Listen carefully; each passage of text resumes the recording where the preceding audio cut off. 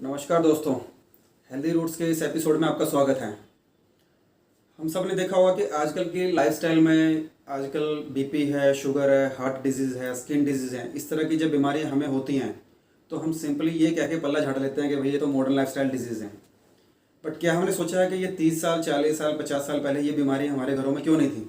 ऐसा क्या विशेष हमारी लाइफस्टाइल में हो गया कि जिससे ये बीमारियाँ हमारे घरों में घर कर गई हैं अभी? आपने देखा होगा कि सबसे जो एक जो हमने ऑब्जर्व किया है हेल्दी रूट्स में कि उसका सबसे बड़ा कारण है कि जो फैक्ट्री प्रोसेस जो फूड है, स्पेशली उसमें फूड इंटरमीडिएट्स में इसलिए वर्ड यूज़ कर रहा हूँ कि वो कच्चे पदार्थ हैं जिनको ला के हम अपनी किचन में पकाते हैं और फाइनली फिर हम उस फूड को ग्रहण करते हैं। जैसे आटा है, दूध है, शहद है, एडिबल ऑयल है। ये इस तरह के पदार्थ हैं कि जो भ्रामक प्रचार के चलते हम लोग फैक्ट्रियों से जो प्रोसेस हो गए हमारे हमारे पास आ रहे हैं, हम उनको ले रहे हैं। आज इसी सीरीज़ में आटे में क्या क्या झोल हैं, आटे में जो फैक्ट्री से प्रोसेस होके आ रहा है उसमें क्या क्या त्रुटियां हैं, किस किस तरह के केमिकल उसमें मिक्स होते हैं और किस किस तरह की उसमें मिलावट होती है, उस पर मैं प्रकाश डालूंगा। अब जब हम आटे की बात करते हैं तो क्या आपने कभी ध्यान किया इस चीज़ को कि जब आप बाज़ार में जा रहे हैं तो जो अच्छी किस्म का गेहूँ है वो 35 रुपये, 40 रुपये, 32 रुपये, इससे कम नहीं मिलेगा आपको बिल्कुल भी। और वही जो कंपनी क्लेम करती हैं अच्छा आटा है, ये सेहत को बढ़ाएगा, ये करेगा, वो आटा 25 रुपये, 28 रुपये किलो है। So how it is practically possible कि आटा 28 रुपये किलो मिल रहा है और वो अच्छा गेहूँ 35 रुपये किलो है? तो कई बार आप प्रोबली ऐसा लॉजिक मान लें या फैक्ट्री ऐसा बोलेंगे भैया जब सीजन आया गेहूँ का आया तो तब 20 रुपये किलो गेहूँ था, हम लोगों ने गेहूँ भर लिया अपने स्टोरेज में और अब पीस पीस के हम आटा दे रहे हैं। बट ये लॉजिक आप बताइए कहाँ तक हमें संतुष्ट करेगा? जब अगर मेरा गेहूँ 35 रुपये किलो बिक रहा है तो मैं उस गेहूँ को ग्राइंड करके आटा बना के आपको 28 रुपये किलो क्यों दूंगा मैं? Does it hold any water? I don't think so ये जो फैक्ट्रियों में जो आटा बन रहा है, ये गेहूँ जो यूज़ करते हैं that is called milling grade गेहूँ। मिलिंग ग्रेड का जो गेहूँ है, आपको शायद ये टर्म पहली बार सुनने को, समझने को मिल रही होगी। आज इसके ऊपर मैं प्रकाश डालूंगा कि मिलिंग ग्रेड गेहूँ होता क्या है। फैक्ट्री में गेहूँ आया तो उस गेहूँ को झरने के से उसकी झाड़ते हैं उसको, मतलब उसको जो मोटे दाने पतले दाने अलग करते हैं। तो झरने के दौरान जो अच्छे दाने हैं, जो मोटे किस्म के दाने हैं, जो स्वस्थ दाने हैं, उनको अलग करके वापस रीपैक करके किराने की दुकान पे, मॉल्स वगैरह में बिकने के लिए आ जाता है। जो गेहूँ हम देखते हैं कि 35 रुपये किलो है, 32 रुपये किलो है। और उसके नीचे जो गेहूँ बचा है, जो बारीक बारीक दाने हैं, जिनको देसी भाषा में मरे दाने भी बोलते हैं, कि जो यूजली पशुओं के काम आते हैं, इंसान उसको नहीं खाया करते थे पहले। कुछ गेहूँ है जिसमें घुन लगा हुआ है और इस तरह की दूसरी त्रुटियाँ जो हैं। तो ये जो पूरा गेहूँ है ये मिलिंग ग्रेड गेहूँ है। इसका बाजार भाव आज की तारीख में अगर हम देखेंगे तो 12 से 15 रुपये किलो होता है।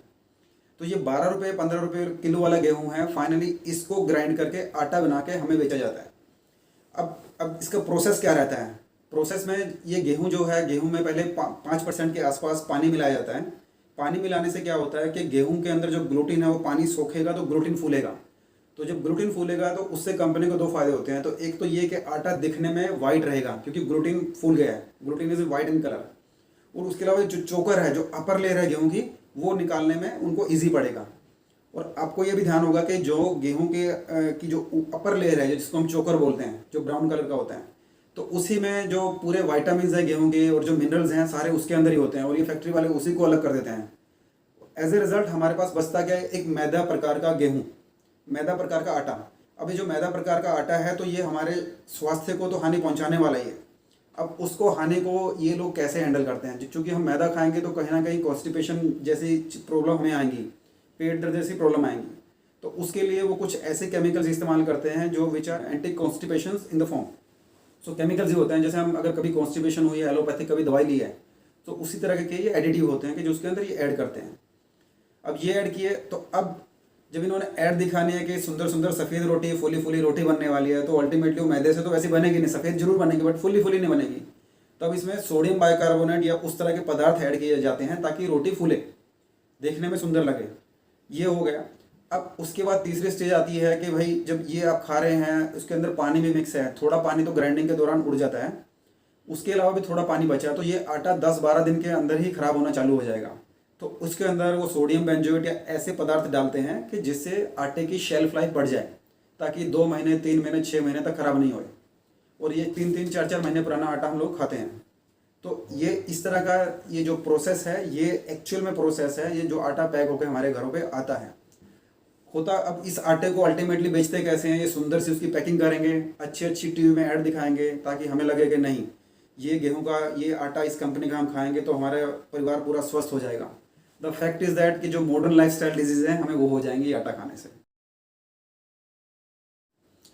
सो अब ये जो मिलिंग ग्रेड गेहूं का आटा जो तैयार है, जो सुंदर से पैकेट में तैयार है, जब हम इसका उपयोग करेंगे तो फाइनली हमें जो डिजीज़ होने वाली है, जो घटिया किस्म के आटे से डिजीज़ होने वाली है, तो वो डिजीज़ अब इसमें क्या क्या एडिटिव जो ऐड हुए हैं वो जैसे मैंने आपको बताया कि इसके अंदर जो है एंटी कॉन्स्टिपेशंस के लिए कुछ केमिकल्स ऐड करते हैं, रोटी फूले उसके लिए सोडियम कार्बोनेट जैसे कुछ केमिकल्स ऐड करते हैं, सोडियम बेंजोएट जैसे प्रिजर्वेटिव ऐड करते हैं। तो ये जो केमिकल हैं हमारी बॉडी कहीं ना कहीं इनको फ्लश आउट नहीं कर पाती है और ये हमारे ब्लड स्ट्रीम में ही घूमते रहते हैं।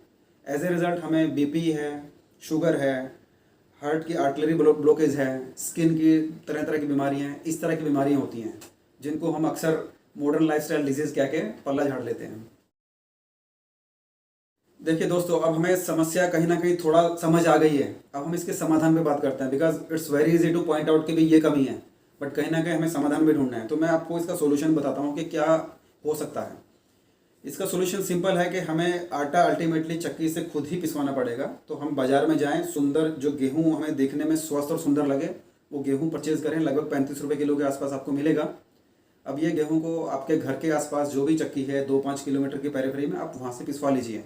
हाँ, ये जरूर है कि आपको थोड़ी परेशानी होगी, बट बिलीव में कि आपका परिवार स्वस्थ जीवन की ओर बढ़ चलेगा।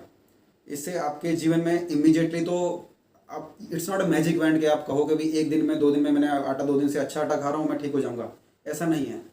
जो over a period of time कचरा हमने अपने शरीर में इकट्ठा कर लिया है, जो केमिकल्स इकट्ठे कर लिए हैं, तो उनको वॉश आउट करने में बॉडी को थोड़ा समय तो लगने वाला है। तो वो समय किसी के शरीर में 2 महीने हो सकता है, किसी के शरीर के लिए 4 महीने हो सकता है, किसी के लिए 6 महीने हो सकता है, बट ये श्योर है कि इस समस्या से आप अवश्य ही बाहर आ जाओगे। उसके आगे एक चीज़ आपको और ध्यान रखनी है कि हमारा जैसे आयुर्वेद था, हमारा आयुर्वेद क्या बोलता है कि 15 दिन तक ही आपको गेहूं का जो आटा है उपयोग कर लेना चाहिए। उसके बियॉन्ड अगर आप उपयोग करते हैं तो उसके गुण नष्ट होने लगते हैं, आटा खराब होने लगता है। तो मैं आपसे साथ में ये रिक्वेस्ट करूँगा कि जब भी आप चक्की से आटा पिसवाएं तो उतना ही आटा आप पिसवाएं कि जितना 15-20 दिन के लिए आपके लिए सफिशिएंट हो। फिर वापस से आप गेहूं परचेज कीजिए, फिर वापस पिसवाइए। सो इस तरीके से एक हेल्दी लाइफ साइकिल में आप एंटर कर जाएंगे। दोस्तों, मैं आशा करता हूं कि आपको ये वीडियो काफ़ी हद तक समझ आया होगा, आपको पसंद आया होगा, and it is on the very authentic facts कि जो एक्चुअल में हो रहा है। अगर आपको ये पसंद आया है, इसकी मेरिट्स पे आप इसको लाइक कीजिएगा, इसको सब्सक्राइब कीजिएगा, इसको शेयर कीजिएगा, ताकि ज़्यादा से ज़्यादा लोगों को इसका लाभ मिल सके। हमारा समाज जो है एक स्वस्थ समाज की तरफ अग्रसर हो सके। और आपको ऐसे ही किसी दूसरे वीडियो की, तो किसी दूसरे प्रोडक्ट के बारे में जानना है, फूड प्रोडक्ट के बारे में, जैसे एडिबल ऑयल है, दूध है, शहद है, नमक है, किसी भी पदार्थ के बारे में आपको जानना है जो फैक्ट्री से प्रोसेस होकर आ रहा है, कि उस प्रोसेस के दौरान क्या क्या उसमें केमिकल मिलाए जा रहे हैं, क्या किस किस तरह की मिलावट हो रही हैं, तो आप मुझे बताइए। मैं आपको अवश्य ही उस पर एक इन्फॉर्मेटिव वीडियो बना के आप तक पहुँचाने की कोशिश करूँगा। तब तक के लिए मैं आपसे इजाज़त लेता हूँ। धन्यवाद।